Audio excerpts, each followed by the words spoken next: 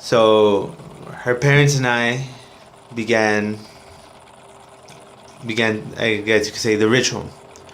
We tried to tie her down so she couldn't try to escape from us. But that's when stuff started happening, She grabbed me. I didn't know whose blood it was. Either it was my blood coming from my wrist or probably blood from her nails. And then she started speaking in Latin. And as you know, signs of being controlled by someone. However, I knew she was trying to fight it because even though she was speaking Latin, there were a couple of words that I could understand. And some of those words were "help me." So in my head, I was like, she's trying to be free already. She's fighting from inside to regain composure, trying to regain her body. So her parents and I began by starting to praying for her, praying her name, and praying for the demon to be let go of her body. Towards that point, doors started closing all over the house. You could hear stuff falling. At this moment, we knew that it was working because stuff was happening around the house that wasn't normal. So we knew that we were getting into the head of the girl, which was, you could say, getting the spirit mad, as you could say, and it trying to want to escape with the body, not just by itself, but with the body, because it was trying to escape from what we tied it with, but it couldn't. So we continued praying. We continued throwing holy water, and pretty much you could say it was a success, because in the end the stuff just started going back to normal. The house and the doors and stuff falling was going away, and the girl was pretty much going back to normal, and she was starting to remember all the stuff, and yeah, she was normal again. All right. She was normal in some sort of speaking, because she felt a lot of things being possessed. But I would like to know how she was looking. I mean, if you can tell us that, because we know that for respect of the family sometimes. But if you can tell us that information, how she was looking. I mean, the skin. What can you describe her? Well, by normal I meant like, well, she was looking normal, I guess you could say. She was a little pale, because I guess with not that much sun. Her nails were pretty much gone. She was bleeding, but by the end you could say it was normal, but not as normal, because she was traumatized with the incident, with her, with all the things that were going on. But in reality, it was pretty much over with. And I still, up to this day right now, I still go to their house to see how she's doing, and she's doing a pretty good job, By traumatized, what do you mean? I mean, nowadays, even though she's normal, she's back to school, to her life, and everything's like real now for her, because it's not like being possessed and doing crazy things which she don't remember. Do you think that she still think about that, or that she remembers some kind of things that she did back in those days? Oh, of course.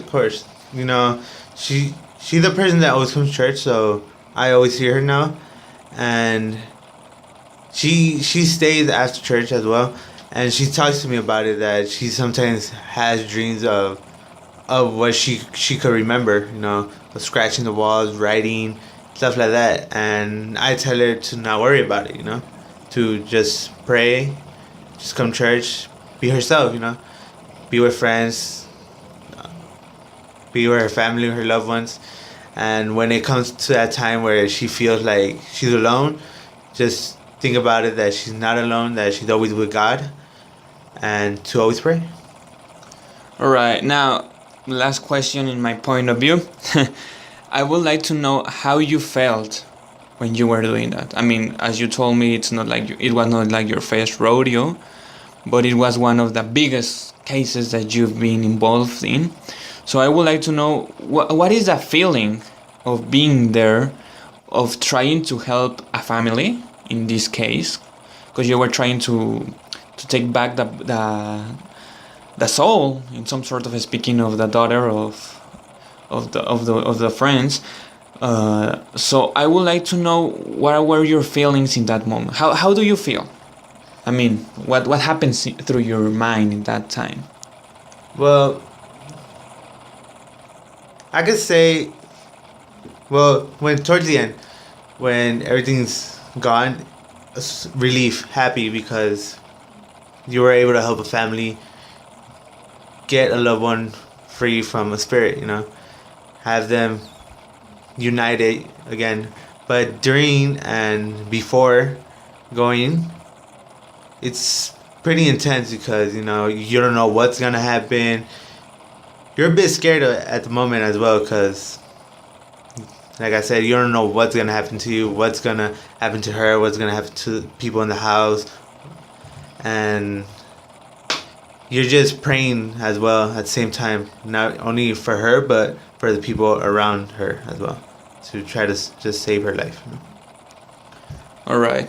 And I would like also to know if after these experiences and after all these encounters with demons, do you have nightmares, or do you ever experience that someone is staring at you, or you feel like someone is behind you when you are back in home or in church, or some kind of things like that?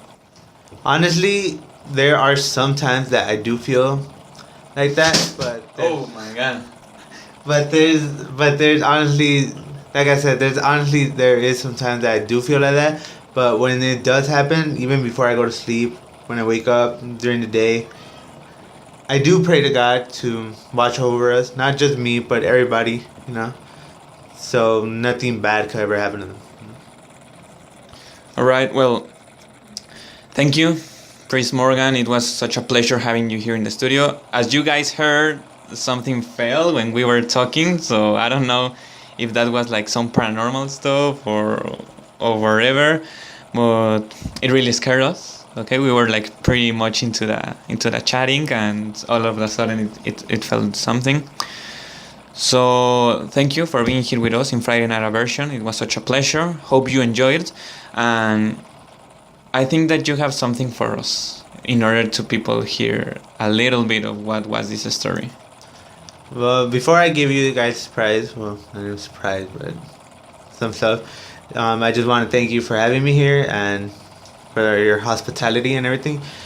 But what I do have is a little bit of the recordings that I got during the exorcism, which I would like to give you, and if you want, you can put it in your video. All right, thank you. Well, as you hear, Priest Morgan are going to give us some recordings, all right? So thank you for being here, and well, thanks for everything. All right, thank you. Thank you. Welches noch? Und das sag ich Ihnen nicht. Im Namen Jesu. Nein! Nein! Im Namen des Vaters und des Sohnes und des Ja, deshalb noch doch nicht!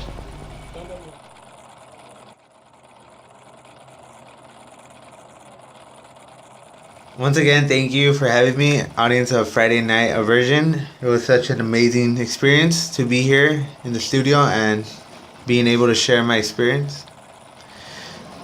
I just want to say, please subscribe to Uriel's YouTube channel. He has such great more ideas coming, and take care, and God bless you guys.